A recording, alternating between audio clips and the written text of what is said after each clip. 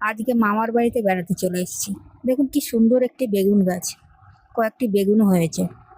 বন্ধুরা, উপেন্দ্র কিশোর রায়চৌধুরীর লেখা টুনটুনি আর বিড়ালের কথা গল্পটা সবারই মনে আছে। গল্পের প্রথমটা শুরু হয়েছিল একটি বেগুন গাছের পটভূমিকা দিয়ে। এইভাবে গৃহস্থের ঘরের পেছনে বেগুন গাছ আছে। বেগুন গাছের পাতা ঠোঁট দিয়ে সেলাই করে টুনটুনি পাখিটি তার বাসা বেঁধেছে। বাসার ভিতরে 3টি ছোট্ট ছোট্ট ছানা হয়েছে, খুব সুন্দর ছানা। তা উঠতে পারে না, চোখও মেলতে পারে না, খালি হাঁ করে আর চিচি করে। গৃহস্থের বিড়ালটা ভারী দুষ্ট, সে খালি ভাবে টুনটুনির ছানা খাবো। বন্ধুরা, চতুর ও সাহসী টুনটুনি পাখি কিভাবে একটি দুষ্টু বিড়ালকে বুদ্ধির সাহায্যে পরাস্ত করে তা নিয়েই এই মজার গল্পটি লেখা হয়েছিল। আজকে আমার ভিডিওটি শুরু করলাম একটি বেগুন গাছের সিনারি দিয়ে। যদিও এইখানে কোনো দুষ্টু বিড়াল নেই, উল্টে একটি ভারী মিষ্টি বিড়াল আছে। আদর করে তার নাম রাখা হয়েছে পুচকু। পুচকু আর 5টা বিড়ালের মতোই 4টি পা নিয়েই জন্মেছিল, কিন্তু আজ মাত্র 3টি পা নিয়েই তার জীবন চলছে। ছোটবেলায় আমার মামার বাড়িতে খুব বেশি হিংস্র কুকুরের উৎপাত ছিল। জন্মাবার পর থেকেই বেশিরভাগ সময় ওকে ঝুড়ি চাপা দিয়েই রাখা হতো। একদিন একটা ছোট্ট বদমাশ ইঁদুর কিভাবে ঝুড়ির মধ্যে ঢুকে যায় আর পুচকুর একটা পা খেয়ে ফেলে। মামার বাড়ি বারবার ছুটে আসি এই মিষ্টি বিড়ালটির টানে।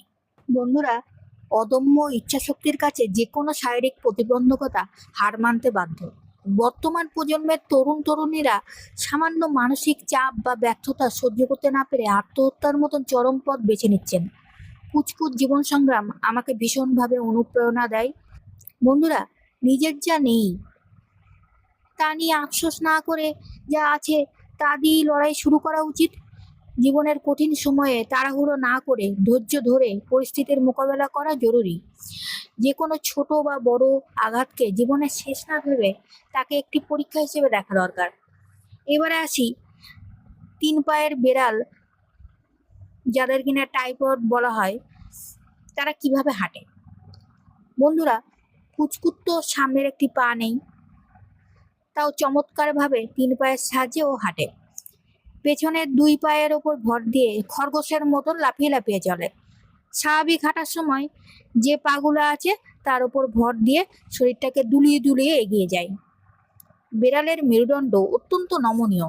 এটি তাদের শরীরকে যে কোনো দিকে মোচড় দিয়ে শরীরের ভরকেন্দ্র মানে সেন্টার অফ গ্র্যাভিটি ঠিক রাখতে সাহায্য করে। 3 পায়ের ওপর পুরো শরীরের ওজন দিতে 3 পায়ের পেশি ও কাঁধ প্রাকৃতিকভাবেও অনেক বেশি শক্তিশালী হয়ে ওঠে। লেজটি তাদের জন্য একটি ভারসাম্য দণ্ড হিসেবে কাজ করে। দিক পরিবর্তন করার সময় বা লাফ দেওয়ার সময় লেজটি হাল বা কাউন্টার ওয়েট হিসেবে শরীরকে সোজা রাখতে সাহায্য করে। সবশেষে বলি বন্ধুরা, আপনাদের যাদের ঘরে এই রকম 3 পায়ের বিড়াল আছে তাদের একটু বেশি কেয়ার নিন, কারণ তারা তাদের শারীরিক সীমাবদ্ধতা সত্ত্বেও অত্যন্ত চমৎকার ও স্বাভাবিক জীবনযাপন করতে পারে। শুধু একটু যত্নের দরকার। ঘরের মেঝে এমন ব্যবহার করুন যাতে তারা পিছলে না যায়। সোফা বা বিছানায় ওঠার জন্য ছোট্ট একটি মাঝে স্টেপ রাখুন। নিজের মতো ওজন নিয়ন্ত্রণে রাখুন যাতে 3 পায়ের ওপর অতিরিক্ত ওজন না পড়ে। হালকা খেলাধুলোর মাধ্যমে পেশি শক্ত রাখুন। জয়েন্টের সুরক্ষায় কোনো সাপ্লিমেন্ট লাগবে কিনা জানতে নিয়মিত পশু চিকিৎসকের পরামর্শ নিন।